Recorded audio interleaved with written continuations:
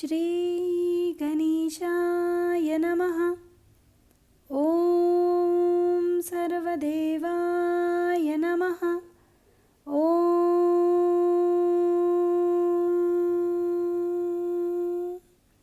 जय श्री हरि। नमस्कार मित्रों, मैं निर्मला रावत आप सभी का अपने YouTube चैनल में स्वागत करती हूँ।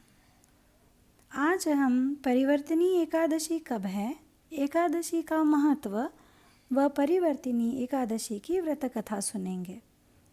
हिंदू धर्म में एकादशी तिथि का विशेष महत्व होता है। एकादशी तिथि भगवान विष्णु को समर्पित है। इस दिन व्रत रखकर भगवान विष्णु की पूजा करने का विधान है।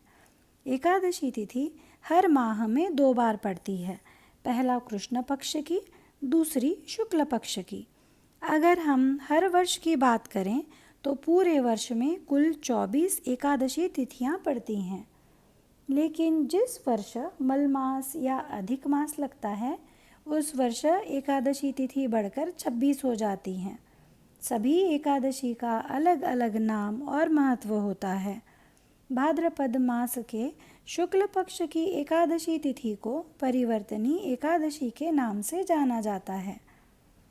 परिवर्तिनी एकादशी कब है? हर साल भाद्रपद माह के शुक्ल पक्ष की एकादशी तिथि को परिवर्तिनी एकादशी के रूप में मनाया जाता है। इस वर्ष यह एकादशी तिथि 2 दिन पड़ रही है।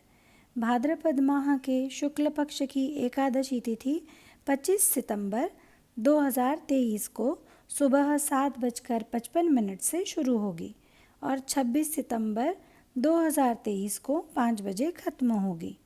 ऐसे में परिवर्तिनी एकादशी व्रत 2 दिन यानी 25 सितंबर सोमवार और 26 सितंबर मंगलवार को रखा जाएगा।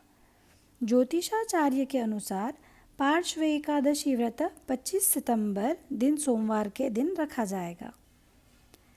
एकादशी व्रत पूजा विधि। एकादशी तिथि को सुबह स्नान आदि से निवृत्त हो जाएं। इसके बाद भगवान विष्णु का गंगा जल से अभिषेक करें।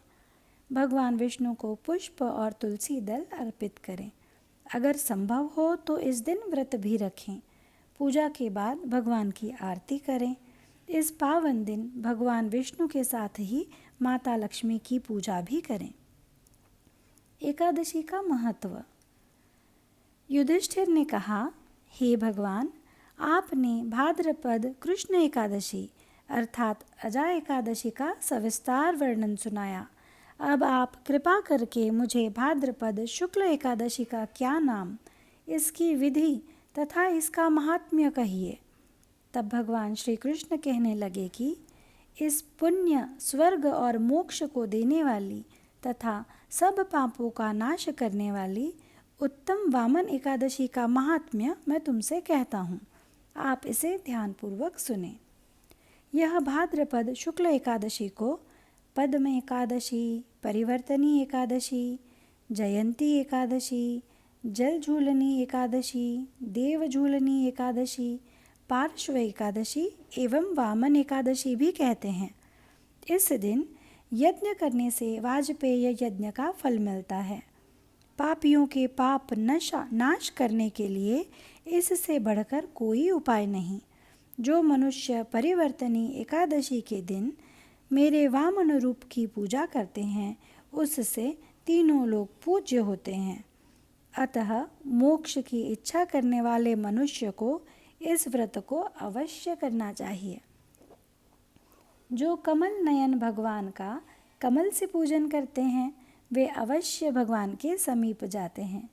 जिसने भाद्रपद शुक्ल एकादशी को व्रत और पूजन किया उसने ब्रह्मा विष्णु सहित तीनों लोकों का पूजन किया। अतः हरिवासर अर्थात एकादशी का व्रत अवश्य करना चाहिए।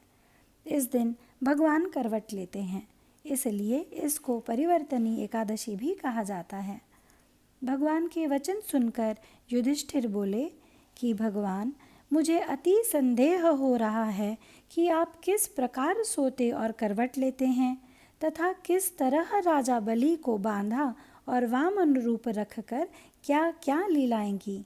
चातुर्मास के व्रत की क्या विधि है तथा आपके शयन करने पर मनुष्य का क्या कर्तव्य है, सो आप मुझे सविस्तार से बताइए। पार्श्व एकादशी व्रत कथा। श्री कृष्ण कहने लगे कि हे राजन, अब आप सब पापों को नष्ट करने वाली कथा का श्रवण करें। त्रेता युग में बलि नामक एक दैत्य था। वह मेरा परम भक्त था।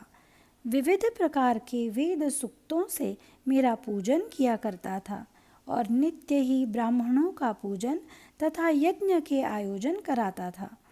लेकिन इंद्र से द्वेष के कारण उसने इंद्रलोक तथा सभी देवताओं को जीत लिया।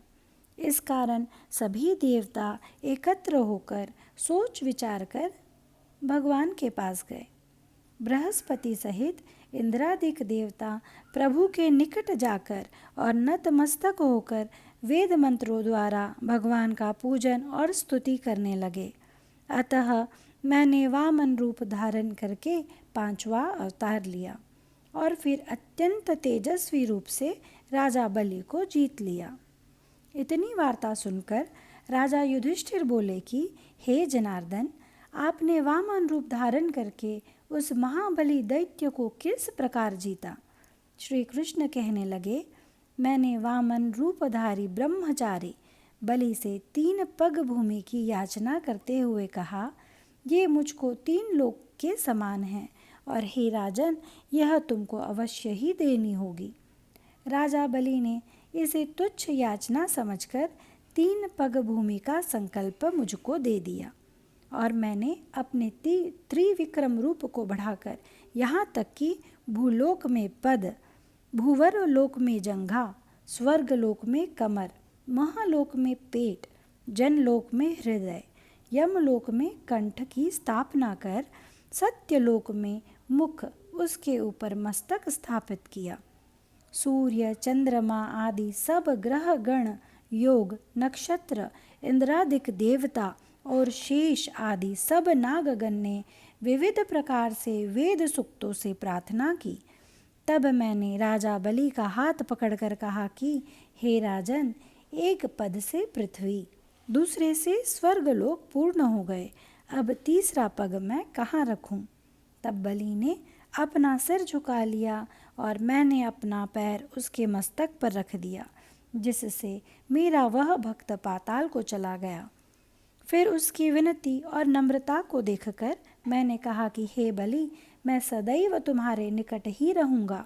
विरोचन पुत्र बलि से कहने पर भाद्रपद शुक्ल एकादशी के दिन बलि के आश्रम पर मेरी मूर्ति स्थापित हुई। इसी प्रकार दूसरी क्षीर सागर में शेषनाग के षष्ठ पर हुई। हे राजन, इस एकादशी को भगवान शयन करते हुए करवट लेते हैं, इसलिए तीनों लोकों के स्वामी भगवान विष्णु का उस दिन पूजन करना चाहिए। इस दिन चावल और दही का दान करना उचित है।